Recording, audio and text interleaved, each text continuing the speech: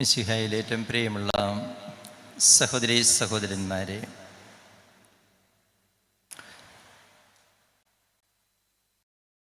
ഇടുക്കി രൂപതയുടെ ആഭിമുഖ്യത്തിൽ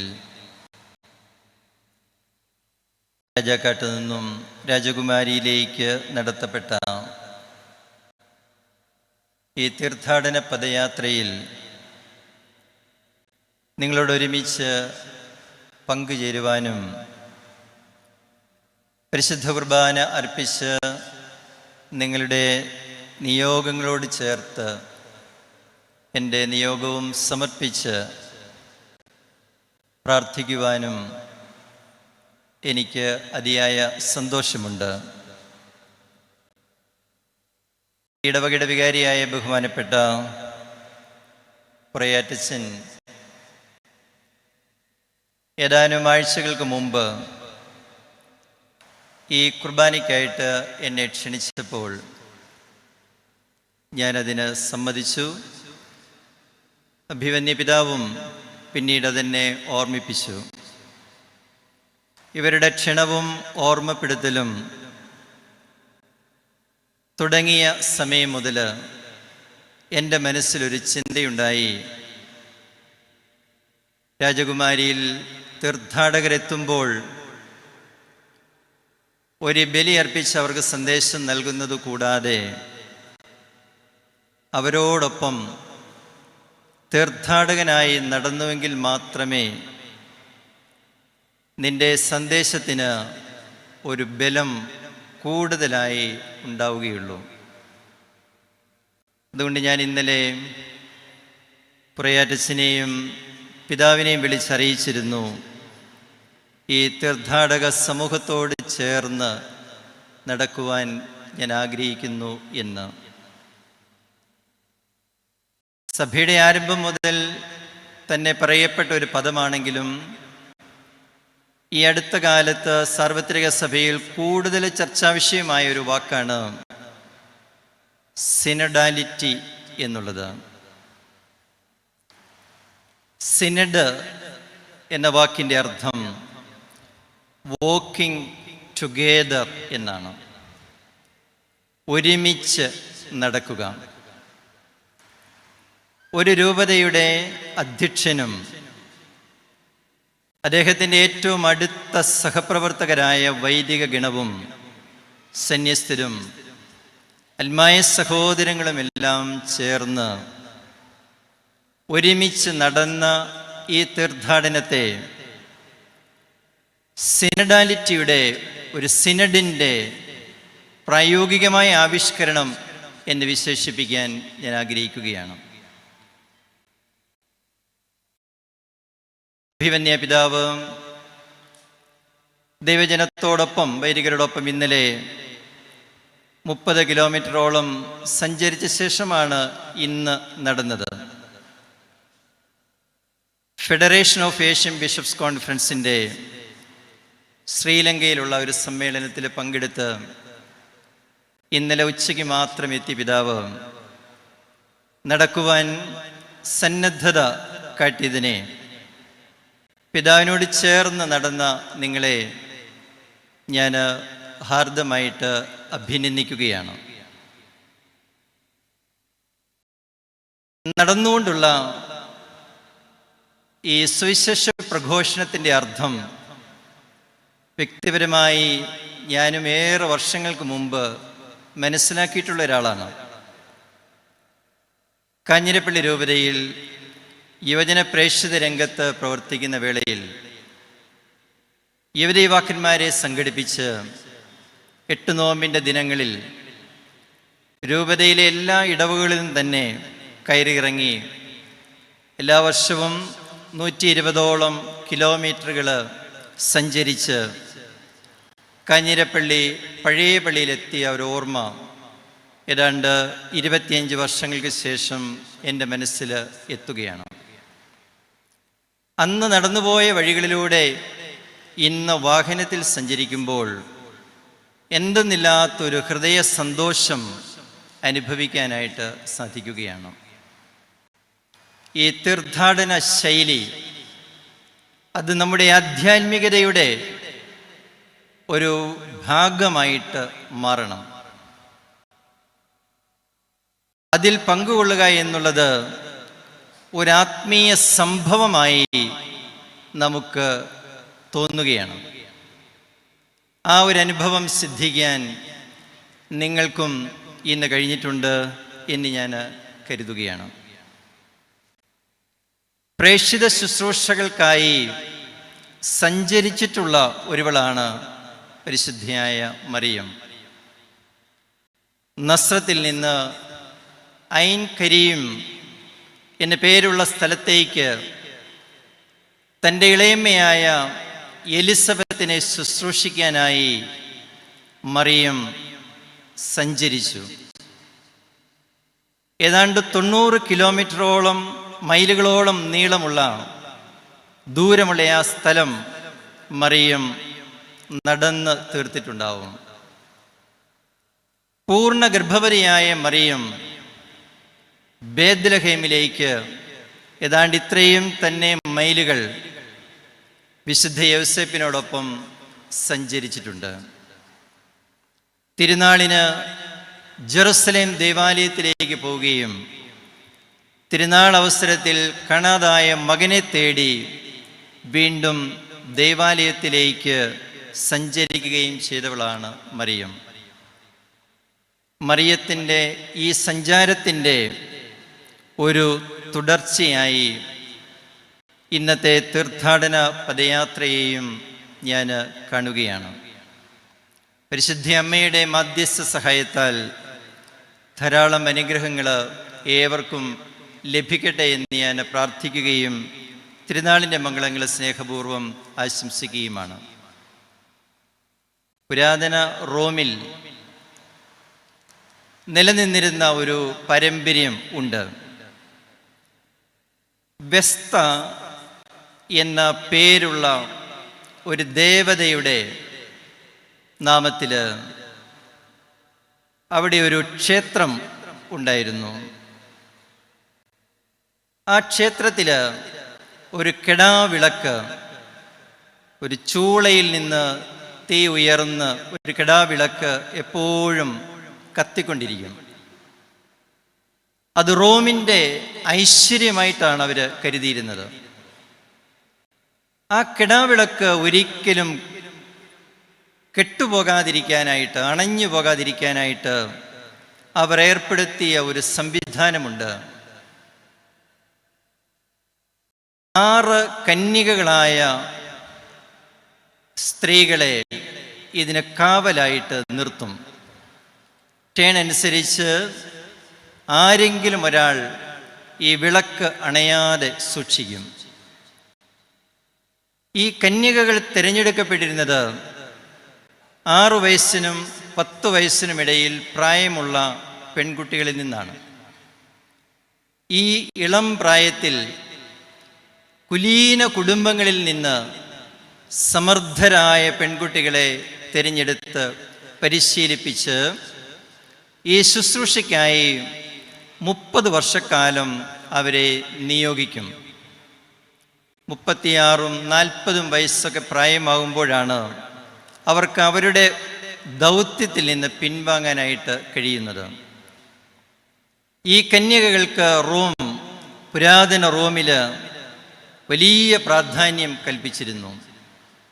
ഒരു ഉദാഹരണം പറഞ്ഞാൽ, ഒരു കൊലയാളി കൊലക്കുറ്റത്തിന് ശിക്ഷിക്കപ്പെട്ട ഒരാളോ വധശിക്ഷയ്ക്ക് വിധിക്കപ്പെട്ട് കൊലക്കളത്തിലേക്ക് നയിക്കുമ്പോൾ പോകുന്ന വഴി ഒരു വെസ്റ്റൽ വെർജിൻ, ഈ കന്യകമാരിൽ ഒരാൾ അവനെ നോക്കാനിടയായാൽ അവളുടെ കണ്ണ് അവൻ്റെ മേൽ പതിഞ്ഞു എന്നുള്ള കാരണത്താൽ അവനെ കുറ്റത്തിൽ നിന്ന് വിമുക്തനാക്കിയിരുന്നു.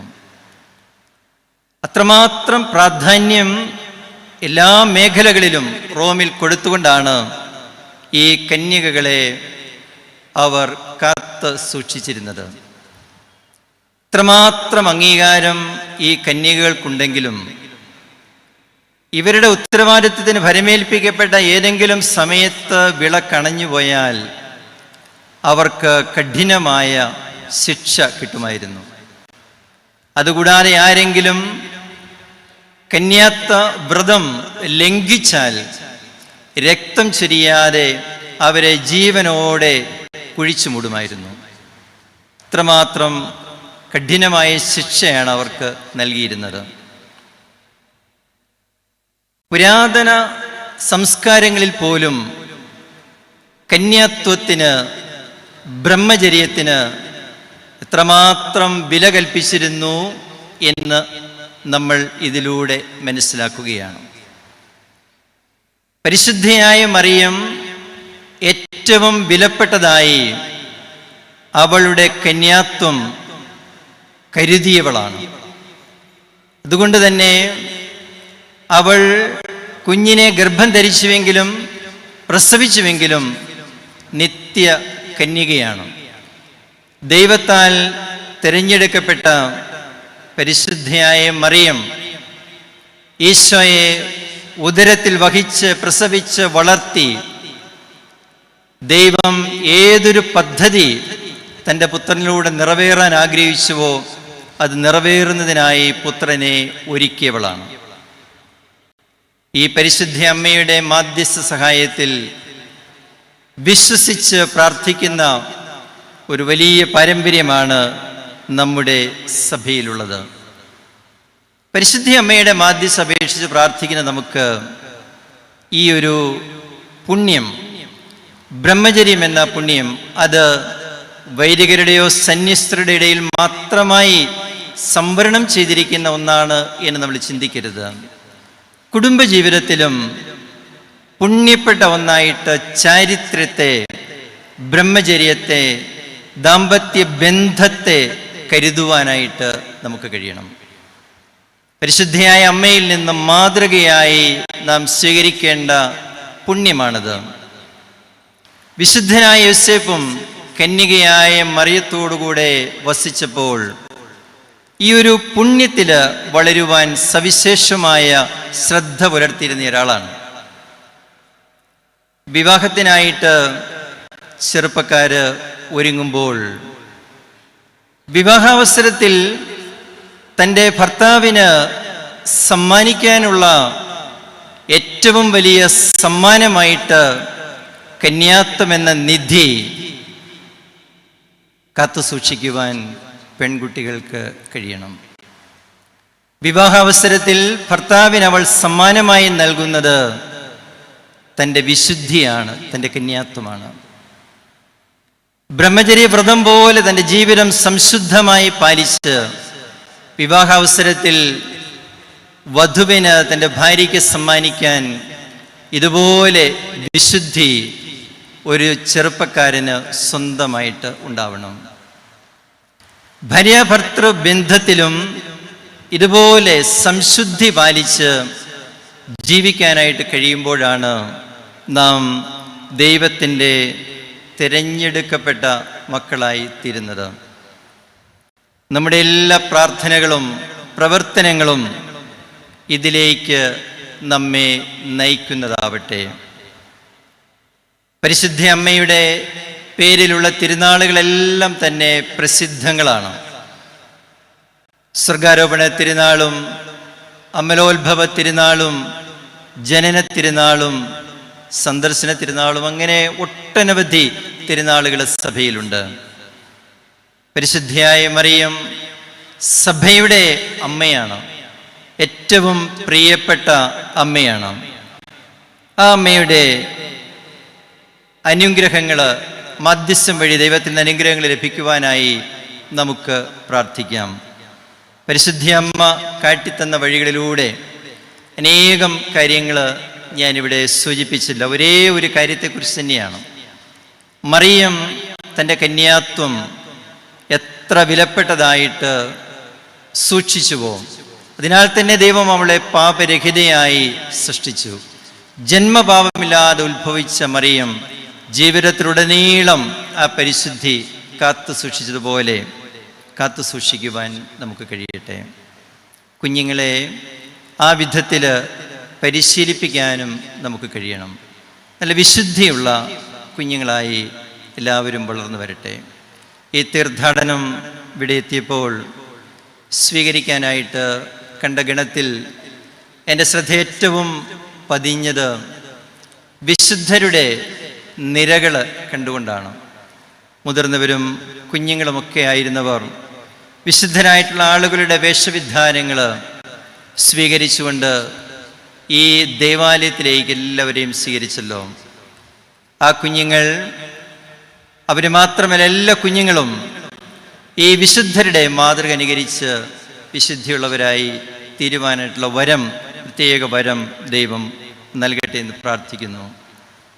അഭിമന്യ നെല്ലിക്കുന്നേൽ പിതാവിൻ്റെ നേതൃത്വത്തിൽ ഞങ്ങൾ ഒരേ കാലയളവിൽ സെമിനറിയിൽ പഠിച്ചവരും ഇപ്പോൾ മെത്രാൻ സംഘത്തിൽ അംഗങ്ങളായിട്ട് സഭയിൽ ശുശ്രൂഷ ചെയ്യുന്നവരുമാണ്. എൻ്റെ ഒരു അടുത്ത സ്നേഹിതൻ കൂടിയാണ് പിതാവ്. രൂപതാ പ്രവർത്തനങ്ങളെക്കുറിച്ച്, സഭാ പ്രവർത്തനങ്ങളെക്കുറിച്ചൊക്കെ ഞങ്ങൾ മിക്കപ്പോഴും ആശയവിനിമയം നടത്താറുമുണ്ട്. പിതാവ് നൽകുന്ന നല്ല ആത്മീയ നേതൃത്വത്തെ, ഒരു രൂപതയെ നയിക്കുക എന്ന് പറഞ്ഞാൽ അത് സാമൂഹിക പ്രവർത്തനങ്ങളിലൂടെയോ പൊതുപ്രവർത്തനങ്ങളിലൂടെയോ എന്നതിനേക്കാൾ ഉപരിയായിട്ട് ആത്മീയതയിലൂടെയാവണം. നന്നായി പ്രാർത്ഥിക്കുന്നയാളും വിശുദ്ധമായി ജീവിതം നയിക്കുന്നയാളും മറ്റുള്ളവരെ പ്രാർത്ഥിക്കാൻ പഠിപ്പിക്കുന്നയാളും വിശുദ്ധിയിലേക്ക് കൊണ്ടുവരുന്നയാളുമാകണം. ഇങ്ങനെ നല്ല ആത്മീയ നേതൃത്വം ഈ രൂപതയ്ക്ക് നൽകുന്നതിനെ പ്രതി അഭിമന്യ പിതാവിനെ ഞാൻ നന്ദിയോടുകൂടി ഓർക്കുന്നു. ഈ രൂപതയിലെ ഒട്ടനവധി വൈദികരെ എനിക്ക് വ്യക്തിപരമായിട്ട് അറിയാവുന്നവരാണ്. എന്നോടൊപ്പം പഠിച്ചവരും ശുശ്രൂഷ ചെയ്തവരും ഇപ്പോഴും പല കാര്യങ്ങളിലും ബന്ധപ്പെട്ട് നിൽക്കുന്നവരുമാണ്. പിതാവിൻ്റെ ഏറ്റവും അടുത്ത സഹകാരികൾ എന്ന നിലയിൽ ഈ വൈദിക സഹോദരന്മാരെ ഞാൻ അവരുടെ ശുശ്രൂഷകളെ പ്രതി നന്ദിയോടുകൂടി ഓർക്കുന്നു. ഒപ്പം സന്യാസിനി സമൂഹങ്ങളിലുള്ള പ്രിയപ്പെട്ട സഹോദരിമാർ ഓരോ ഇടവകയിലും അജപാലകർക്ക് ഏറ്റവും സഹായകരമായ രീതിയിൽ അവർ ജീവിക്കുകയും സഹകരിക്കുകയും ചെയ്യുന്നവരാണ്. അതുകൊണ്ട് തന്നെ നമുക്ക് നമ്മുടെ ഈ പ്രവർത്തനങ്ങളുടെ എല്ലാം ഫലമായിട്ട് ധാരാളം പേര് വൈദിക ജീവിതത്തിലേക്കും സന്യാസ ജീവിതത്തിലേക്കും കടന്നു വരുവാനായിട്ടുള്ള അവസരങ്ങൾ ഒരുക്കണം. നമ്മുടെ കുടുംബങ്ങളിൽ നിന്നാണ് കുഞ്ഞുങ്ങൾ, വിശുദ്ധിയുള്ള കുഞ്ഞുങ്ങൾ ഈ ജീവിതാന്തസ് സ്വീകരിക്കാനായിട്ട് കടന്നു വരേണ്ടത്. അതിന് മാതാപിതാക്കൾക്ക് വലിയ താല്പര്യം ഉണ്ടാവണം. ഈ കഴിഞ്ഞ 2-3 വർഷങ്ങളിൽ ഞാൻ തിരുപ്പട്ടമന കുദാശ പരികർമ്മം ചെയ്തപ്പോൾ എൻ്റെ അടുക്കൽ വന്ന ഡീക്കന്മാരോട് അവരുടെ കുടുംബ ചരിത്രം ചോദിച്ചതിൽ എല്ലാവരും തന്നെ 2 മക്കളുള്ള വീട്ടിലെ അംഗങ്ങളാണ്. ഈ 2 മക്കളിൽ ഒരാളെ പൗരോഹിത്യ ശുശ്രൂഷയ്ക്കായി നൽകുവാൻ, സന്യാസ ജീവിതത്തിനായിട്ടൊക്കെ നൽകുവാൻ മാതാപിതാക്കൾ സന്നദ്ധരാകുന്നത് വലിയൊരു ത്യാഗം തന്നെയാണ്. പക്ഷേ അവർ ഒരു മകനെയോ ഒരു മകളെയോ സഭയുടെ പൊതു ശുശ്രൂഷയ്ക്കായിട്ട് നൽകുമ്പോൾ ഒരു വലിയ സമൂഹത്തിന് രൂപം കൊടുക്കാനായിട്ടാണ് നിങ്ങൾ നൽകുന്നത്. അതിലൂടെ നമുക്ക് വലിയ നന്മകൾ സമൂഹത്തിൽ കൊണ്ടുവരാനായിട്ട് കഴിയും. അതുകൊണ്ട് തന്നെ മക്കൾ വളർന്നു വരുമ്പോൾ നിങ്ങൾ പ്രാർത്ഥിക്കുന്നവരായിട്ട് തീരണം. കുഞ്ഞുങ്ങൾക്ക് വേണ്ടി അവരെ സമർപ്പിച്ച് അവരെ ശുശ്രൂഷയിലേക്ക് ആനയിക്കപ്പെടാനിടയാവട്ടെ എന്നും. ഈ അടുത്ത കാലത്ത് 6 ആൺമക്കളുള്ള ഒരു വീട് ഞാൻ സന്ദർശിച്ചു. ആ വീട്ടിൽ നിന്ന് സെമിനറിയിൽ പഠിച്ചുകൊണ്ടിരിക്കുന്ന ഒരു വൈദിക വിദ്യാർത്ഥിയുടെ പരിചയം കൊണ്ടാണ് ഞാൻ ഇവിടെ ചെന്നത്. മറ്റു പശ്ചാത്തലമൊന്നും എനിക്കറിയില്ലായിരുന്നു. പക്ഷേ ആ വീട്ടിൽ ചെന്നപ്പോൾ ആ ഷമ്മാസിൻ്റെ മറ്റ് 2 സഹോദരന്മാർ ഒരു സന്യാസ സമൂഹത്തിൽ ഇതിനോടകം പരിശീലനം സിദ്ധിക്കുന്നവരാണ്. ഇവർ 3 കൂടാതെ ഇളയ 3 പേരും പഠിക്കുമ്പോൾ അവരെയും വൈദിക ജീവിതത്തിലേക്ക് നയിക്കണമെന്ന് ആഗ്രഹിച്ചാണ് ആ മാതാപിതാക്കൾ പ്രാർത്ഥിക്കുന്നത്. ലഭിച്ച ഈ 6 മക്കളെയും പഠിപ്പിച്ച് പ്രാർത്ഥിപ്പിച്ച് അവരെ സഭയുടെ പൊതു ശുശ്രൂഷയ്ക്കായിട്ട് അയക്കുന്നതിന് വേണ്ടിയുള്ള പ്രത്യേക പരിശീലകരായിട്ടാണ് ഈ മാതാപിതാക്കൾ എനിക്ക് കാണാനായിട്ട് കഴിഞ്ഞത്. എത്രയോ നല്ല ഒരു കാഴ്ചപ്പാടാണ്. അതുപോലെ നമ്മുടെ കുടുംബങ്ങളിൽ നിന്ന് ധാരാളം ദൈവവിളികൾ ഈ ശുശ്രൂഷയ്ക്കായിട്ടുണ്ടാകട്ടെ എന്ന് പ്രാർത്ഥിക്കുന്നു. ഞങ്ങൾക്ക് വലിയൊരു കടപ്പാട് കുടുംബത്തിലെ മാതാപിതാക്കളോടുണ്ട്. കാരണം ഞങ്ങളെ പ്രാർത്ഥന പഠിപ്പിച്ചവരും ജീവിതം എന്താണെന്ന് കാണിച്ചു തന്നവരുമാണ് മാതാപിതാക്കളും സഹോദരങ്ങളുമായ നിങ്ങൾ. ഞങ്ങൾ ഏത് ശുശ്രൂഷ മേഖലകളിൽ എവിടെ വ്യാപരിച്ചാലും നിങ്ങളെക്കുറിച്ചുള്ള ഓർമ്മകൾ ഞങ്ങളുടെ മനസ്സിലുണ്ട്. അതുകൊണ്ട് ആ വിധത്തിൽ നസ്രസിലെ തിരുകുടുംബം പോലെ വിശുദ്ധനായ യോസേപ്പിനെ പോലെ വിശുദ്ധിയുള്ള പിതാക്കന്മാരും വിശുദ്ധിയായ മറിയത്തെ പോലെ വിശുദ്ധിയുള്ള മാതാക്കളും ഉണ്ണീശോയെ പോലെ നൈർമല്യമുള്ള കുഞ്ഞുങ്ങളും നമ്മുടെ കുടുംബങ്ങളിൽ ഉണ്ടാകുവാൻ ഇടവരട്ടെ എന്ന് പ്രാർത്ഥിക്കുന്നു. ഒരിക്കൽ കൂടി നിങ്ങൾക്കെല്ലാവർക്കും തിരുനാളിൻ്റെ മംഗളങ്ങൾ സ്നേഹപൂർവ്വം ആശംസിച്ചുകൊണ്ട് ദൈവത്തിന് സ്തുതി. ആമേൻ.